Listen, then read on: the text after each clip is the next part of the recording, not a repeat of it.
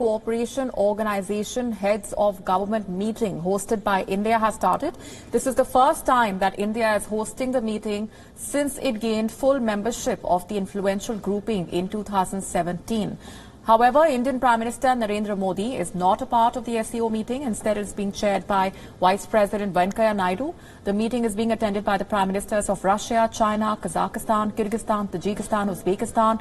Meanwhile, Pakistan has been represented by its Parliamentary Secretary for Foreign Affairs, as Prime Minister Imran Khan will be skipping the meeting. Apart from the SCO member states, the 4 observer states of the SCO, Afghanistan, Belarus, Iran, Mongolia, are also participating in the meeting. The Council of Heads of Government is the second highest body of the SCO. It is responsible for handling the grouping's trade and economic agenda and approving its annual budget. Earlier this month, Prime Minister Modi, Imran Khan and Chinese President Xi Jinping joined the virtual SCO summit that was chaired by Russia. For more on that, our principal diplomatic correspondent Siddhant Sibal joining us live from New Delhi. Siddhant, a strong message that has been given out by the member countries already when it comes to multiple issues of mutual interest. Bring us up to speed with the latest. Well, yes, Molly, the Indian Vice President had hosted the meeting. India is, of course, the host of this meeting, and this is for the first time that India is hosting such a large gathering of SCO leaders since it became a full-fledged member of the grouping way back in 2017. And the key focus area for the Indian Vice President was the issue of cross-border terrorism. In fact, he tore into Pakistan, highlighting how one state, without taking name, has been using terrorism as a state policy. But largely he focused on other areas as well, COVID being the biggest of all, talking about how India is the pharma capital of the world and India can help and support when it comes to medicine, when it comes to vaccine and other related issues.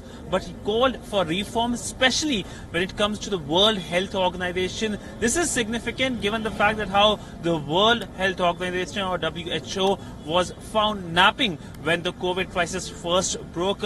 But largely India sees the entire grouping as a launch pad where India can talk about shared cultural heritage. In fact, early morning today, India launched a virtual museum of all the SCO countries, which talked about the shared cultural heritage, especially relating to Buddhism. Buddhism being highlighted by the Vice President himself during his opening statement. And in fact, 10 Indian regional classicals have been translated into Russian and Chinese. So these were the other key factors as well. The Indian side also proposed a meeting on startup, a meeting on traditional medicines. So these were the key focus areas for the Indian side. And of course, now the next president is Kazakhstan. And even as we speak right now, India's Ministry of External Affairs is briefing on what transpired during this meeting. This meeting had the largest number of the SCO leaders coming together, given the fact that roughly 7 Prime Ministers had participated, 6 from the SCO member states, 1 from the observer member state. In fact, the Afghan president also spoke. This is significant given the fact that how Afghanistan is at the heart of Asia, at the heart of grouping. Even though it's an observer member, whatever happens in Afghanistan has a huge impact on regional security and, of course, stability as well. Right. Thanks very much, Siddhant, for those updates. Moving on for now to Thailand.